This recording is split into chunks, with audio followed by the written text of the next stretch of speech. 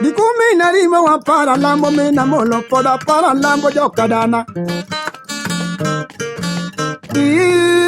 Wa yua di dala ya kumolo poda para lambo jokadana. Aro kanya di viune we yokiye makaparo otudongunda.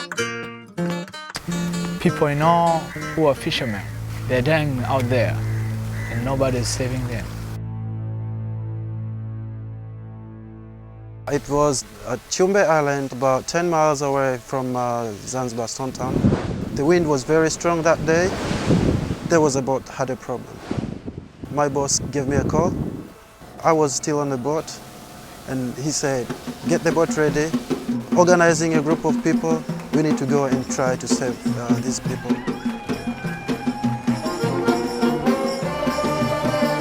We searched the whole night. We found only life jackets with nobody on it. In Tanzania, we have a history of accidents at sea, just like every other country. Here it's been the ferries, sometimes with hundreds of lives. Yeah, 2006 I think, MV Spice. Yeah, many people died there. For what I heard, it's that it was overloaded.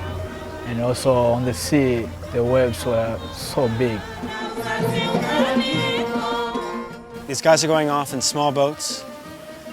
They tend to not be very seaworthy. On days like today, they're fine. And they go off halfway to Zanzibar, small wooden canoes and ingalawas. When the wind picks up, they become a lot less seaworthy. These boats are sometimes leaking, only slightly slower than they can bail. In Tanzania, the good thing is that you can actually survive in the sea for quite a long time because the water's nice and warm.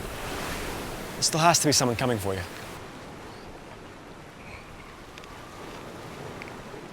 They typically have a mobile phone on them.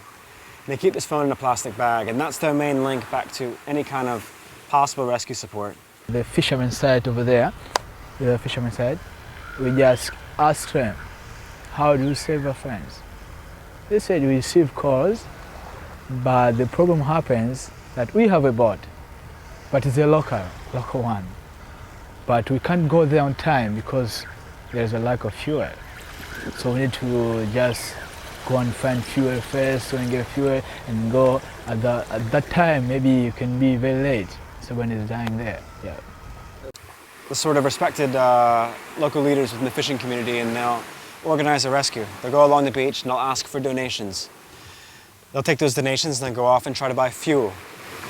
Well, you've got to organize a car to go off and get fuel, and then it takes time to get back. Once they get back, they look along the boats on the beach, find the one that's the most seaworthy of them, take a selection of volunteers, and they'll go off and try to find their friends. It's how life-saving's been done since the beginning of time. And they've got a track record of saving lives. We'd like to come in and make that happen a lot faster. They had their sail up. The wind was strong, so the boat capsized and the boat sank. So within 5 minutes, I saw the boat, but suddenly I didn't see it. Just saw a drum and people floating in the water. They have wooden boats, they can float, but you know, they put weight in it, like some bags of sand to make the boat stable. So that makes the boat go down, so it sank, and then they had no life jackets. Only one person had a life jacket.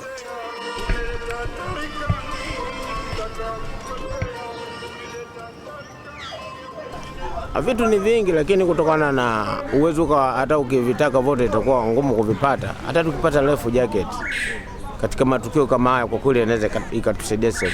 Sababu hata kama mmezama mchana mpaka usiku, naweza kuja chombo kikakuoneni kwa sababu ile inakuwa na mwanga fulani usiku. One of the guy who had a life jacket and holding on to a cool box had a mobile phone with a proof bag on.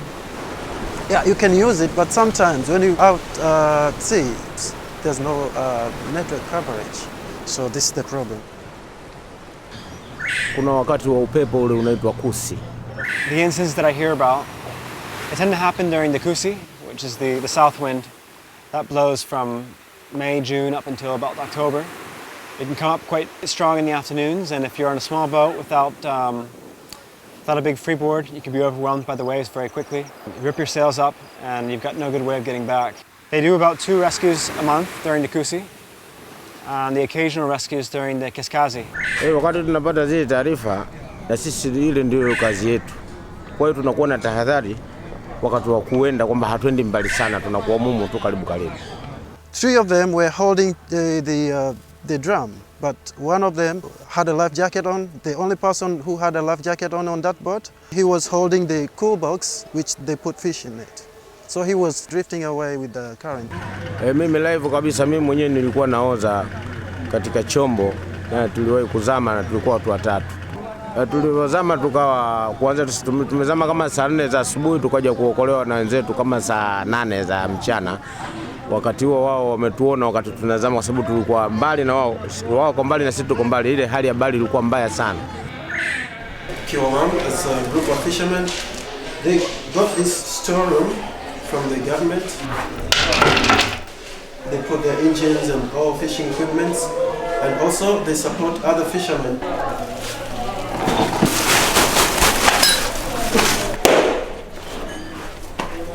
Tunajaribu kuweka kumbukumbu za wavuvi wakati wanavyokwenda baharini na matukio ya ajali yanavyotokea, lakini tunashindwa kupata ufafanuzi wa zile ajali kule baharini. Ni sababu ipi iliyosababisha mpaka mvuvi amefariki au wamezama na kupotea. Ila kuna taarifa ya tarehe 12 ya mwezi wa 8, ofisi ilipata taarifa kufariki mvuvi ndugu Hassan Mohamed akiwa anafanya shughuli zake za kuzamia katika kisiwa cha Bongoyo.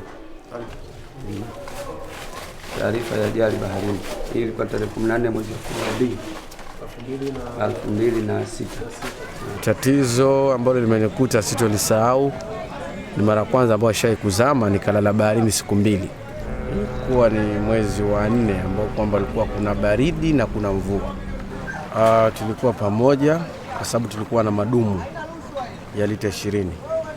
Tukachukua madumu, tukafunga kamba, tukajifunga kwenye kiuno, alafu ndo tukaogelea. Mtu kwa sababu boti ni kubwa, inaonekana kiurahisi. Lakini mtu kwamba ni mwembamba na akiwa kwenye maji mtu kumuona kwa rahisi, kama bahari iko rafu, si rahisi kumuona kwa haraka zaidi. Sisi hatukuokolewa na boti. Tuliogelea wenyewe mpaka tukafika juu, tukaweza kupata msaada, lakini ilikuwa ni usiku, siku ya pili yake, mwamba mkuu. Kwa kusema kweli nilisikia vibaya, nilipata uchungu, na hao wenzangu wawili mpaka leo waliacha kuvua moja kwa moja.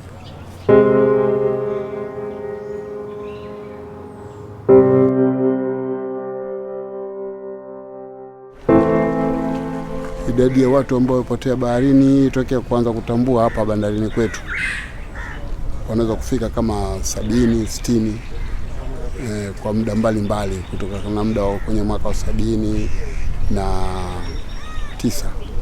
mpaka kipindi kutokea kwa hapa bandarini. Maana mimi niko hapa, mimi ni mtu wa Tanga lakini naishi hapa kutokea 73 niko hapa. Unaweza kutokea mwaka mwingine asitokea hata mtu mmoja kufa, mwaka mwingine kutokea watu 2, 3, 4 kutokea maafa. Maoni yangu ni kwamba tupatiwe vyombo vya uokozi, kwa sababu vyombo vyetu vya kufanya kazi na dhaifu sana, haviwezi kuhimili dharubu ya bahari. Kwa hiyo tunakwenda kwa uzoefu kwa sababu ni kazi yetu, lazima tuende. Kwa hiyo tukipata vyombo vya uokozi itakuwa ni bora, kama vile boti na vitendea kazi vyake vyote vya kuokolea. That to me is how Tanzania Sea Rescue kind of got started, really. I thought about this, there has to be a better way. There has to be some kind of a solution for these guys that results in them having more than just being on their own. At that time I was a small child. I was along the shore, the ocean. I was sitting with my elder and watching in the ocean and saw there's someone who was drowning when I was swimming with my friends. Some people went there and they helped him and get him out of the water. He survived. So we looked into this model around the world and found out that in many countries, it's ordinary citizens, people from the seafaring communities who have organized themselves into lifeboat crews. And they go off with whatever they have. They try to rescue their friends, their fellow seafarers.